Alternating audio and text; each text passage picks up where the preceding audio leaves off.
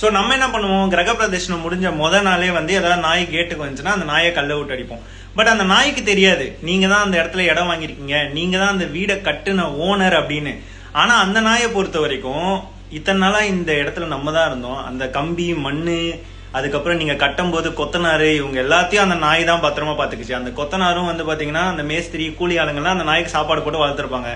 எங்கடா நம்ம ஆளுங்களை காணோமே, திடீர்னு யாரோ 2 பேர் உள்ள வந்தாங்க, பைக்கை நிறுத்தினாங்க, திடீர்னு ஏதோ புகையெல்லாம் போட்டாங்க, ஃபங்க்ஷன் நடத்தினாங்க, திடீர்னு பார்த்தா ஃபங்க்ஷன்ல மிச்ச சோற சாப்பிட போனா கல்லை விட்டு அடிக்கிறாங்க. இத்தனை நாளா நம்ம தானே இங்க இருந்தோம், யார் இவனுங்க புதுசானு அது கடிக்கதான் செய்யும்.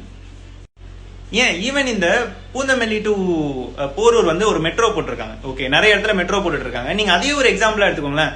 அதுக்கு முன்னாடி வந்து ஆடு மாடு நாய் இது எல்லாமே வந்து ரோட்டை கிராஸ் பண்ணிட்டு இருந்துச்சு. ஓகேங்களா, அதுங்க நல்லாவே கிராஸ் பண்ணும், சிக்னல் போடுறாங்களா இல்லையா என்னன்னு பார்த்து, வண்டி வருதா இல்லையான்னு பார்த்து கிராஸ் பண்ணும். இப்போ இடையில ஃபுல்லா டிவைடர் போட்டு